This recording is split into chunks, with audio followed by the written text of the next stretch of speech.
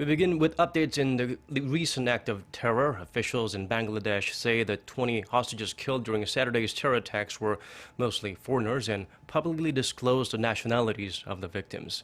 Meanwhile, ISIS, which claimed responsibility for the attack in Dhaka, has carried out another bombing in Baghdad. Hwang Hojun has our top story. 13 hostages were rescued when security forces stormed the Holey Artisan Bakery cafe in Dhaka early Saturday morning after a 12-hour standoff. But 20 more hostages were found dead. Local authorities have released the nationalities of the victims: 9 Italians, 7 Japanese, 1 Indian, 2 Bangladeshis, and 1 U.S. citizen of Bangladeshi descent. Most of them were hacked to death with a machete. 2 policemen were also killed during the shootout. Of the attackers, all Bangladeshis, 6 were shot dead and 1 captured alive. The attack began Friday evening when the attackers stormed the bakery cafe with guns, sharp weapons, and explosives. Local media reported that the attackers tortured captives who were unable to recite the Quran. ISIS claimed responsibility for the attack through its media branch Amaq.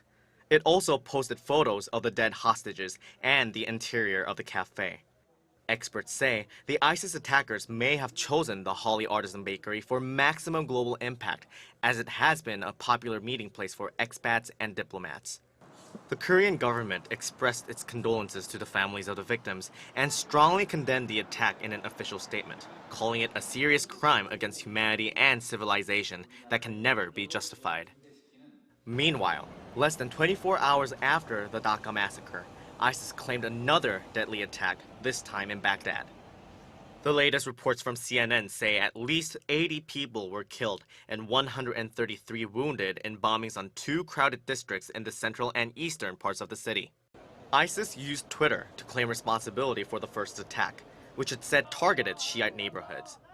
No official claim of responsibility has been made for the second bombing.